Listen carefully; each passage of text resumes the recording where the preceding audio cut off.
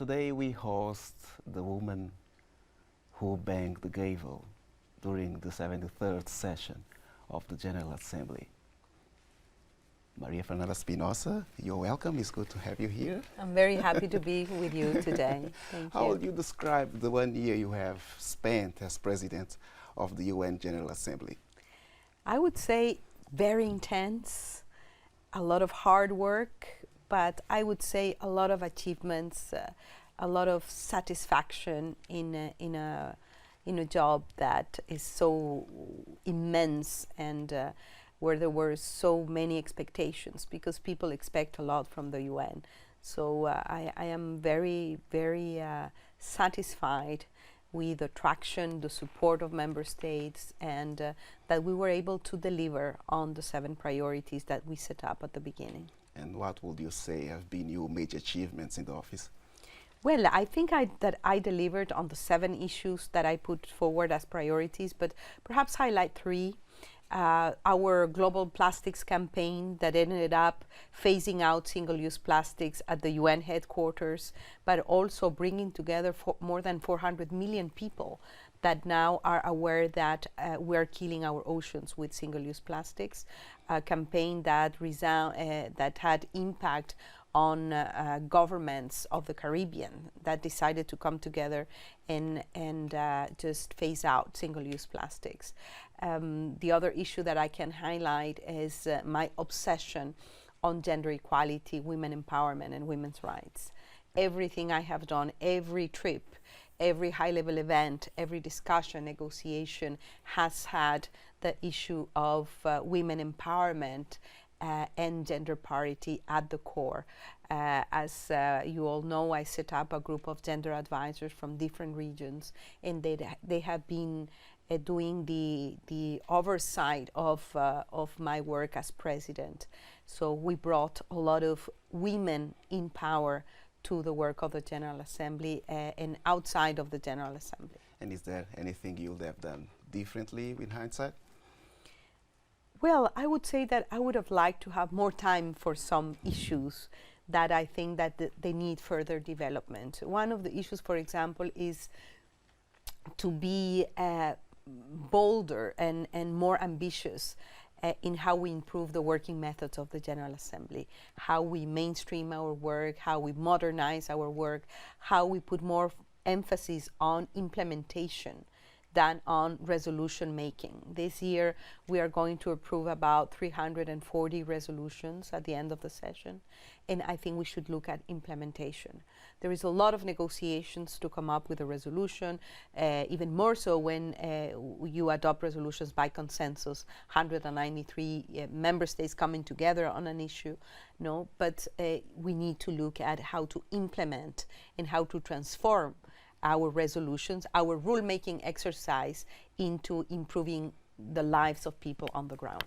And what are your thoughts on being one of just a handful of women who have occupied this position, and being also the first woman from South America in this function?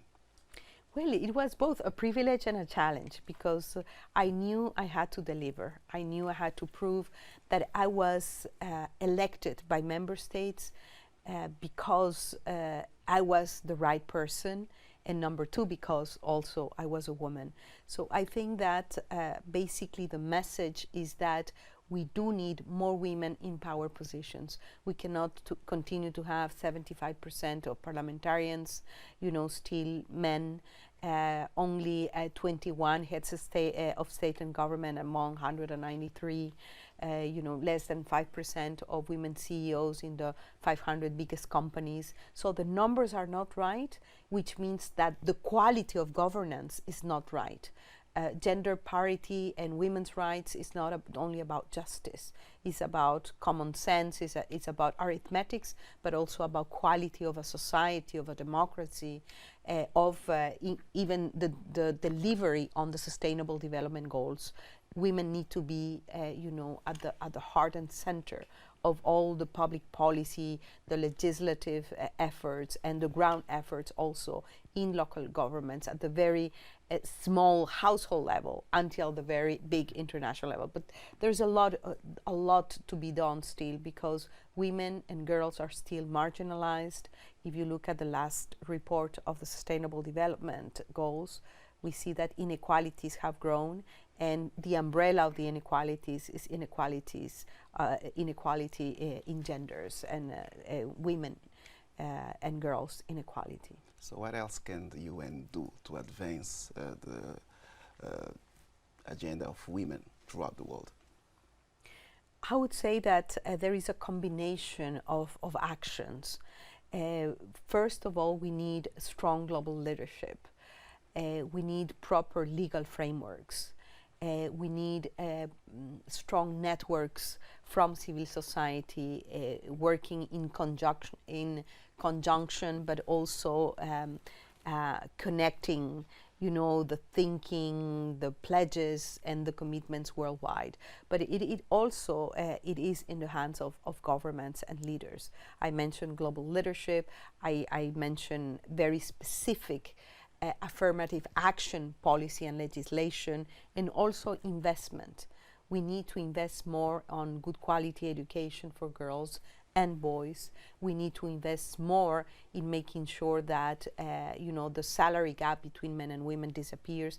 It's 20% salary gap worldwide. So there is a lot of work to be done still on the economic empowerment of women, on having more women in positions of power, women in politics, work with rural women that are very much, the owners of our own food security, for today and the future.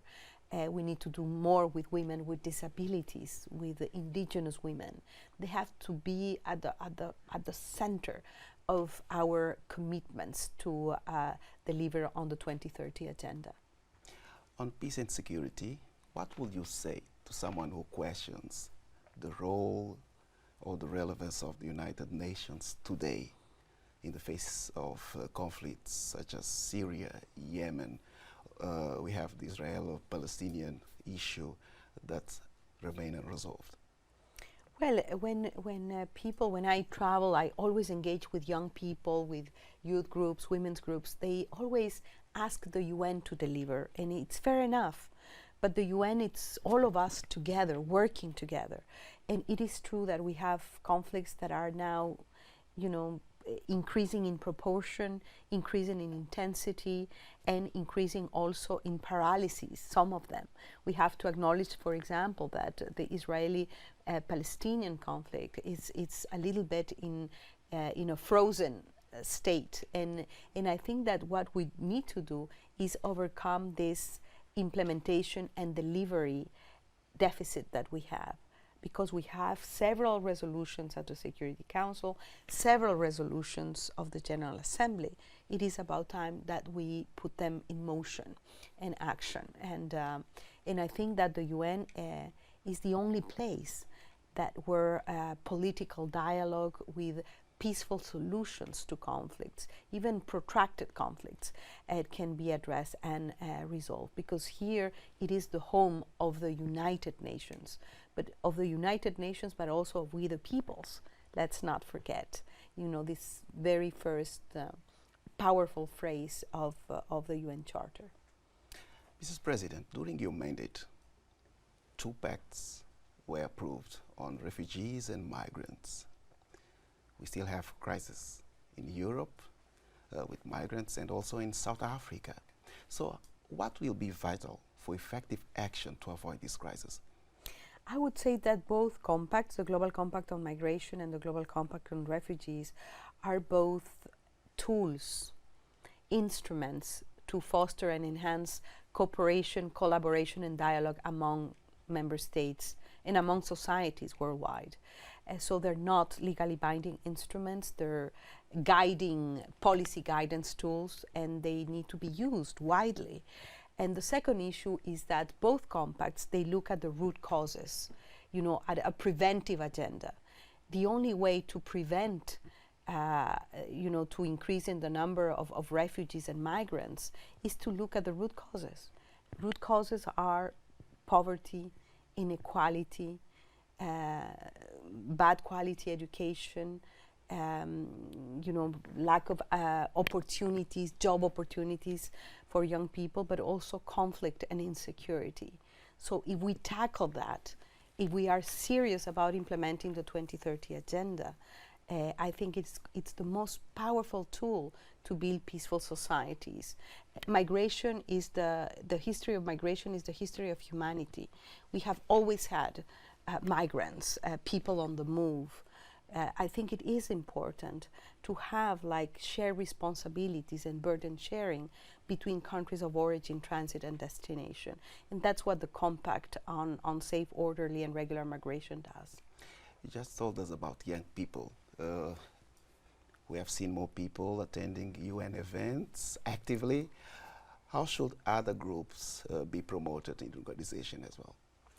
I think that we do have, and we have to acknowledge that we have an inclusion deficit at the UN. And I have tried to overcome this inclusion deficit in a way. Yes, young people have been part and parcel of everything that I have done this year. Every high-level event, every high-level dialogue, every engagement, even at the presidential level. It's not that we invited young people. They were part of the discussion. They were part of the table, interacting with ministers, heads of state and government. We have also engaged women's groups, civil society organizations. And I think it is imperative that we improve the way we include all stakeholders in the conversation and in the discussion.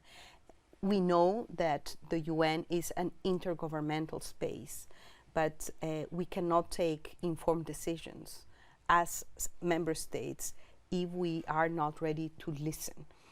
I think the secret of taking informed decisions is by listening to what society, the society we represent, is telling us as leaders, as decision makers. Let's go back to the environment and talk about an experience you had in the Caribbean. How do you expect the campaign on plastic to have more efficiency and impact throughout the world? Well, it will continue, I am sure, because we have had so many excellent partners, starting from celebrities to the private sector engaged, leaders, starting by the Prime Minister of Antigua and Barbuda, the high authorities of Norway. Member states are coming together to really be serious about phasing out single-use plastic. So, and societies, young people, our played out concert in Antigua and the campaign gathered more than 400 million people connected to the campaign. We strengthened our partnership with National Geographic. So it was a huge network in which the UN is, at the center, the Office of the President, but also UN Environment. So I am sure that we have planted the seeds, and the seeds are going to, really have a great harvest. And as a poet, what you wrote or found that resonated with you throughout the tenure? A word? Yeah, no, what you wrote. Oh, like I wrote. Poem, oh, what I wrote. a song. What I can say is that this year I haven't, as I have done in my entire adult life, I didn't stop reading poetry. My writing has suffered a little bit, I have to acknowledge, but I have so much. I have learned so much. I have received so much love from people, and that I'm sure that this is going to one day, be reverted into poetry. But I have read poetry. Unfortunately, I haven't been able to write, but it is somewhere in my heart and in my mind, in my DNA. I mean, poetry is in my DNA, it's part of what I am. So it will come, hopefully soon. Any final thoughts? We all know that this has been perhaps the most fascinating, wonderful professional and human experience that I have ever had in my life. Thank you very much. Thank María you. Fernanda Espinosa is the president of the 73rd session of the United Nations General Assembly.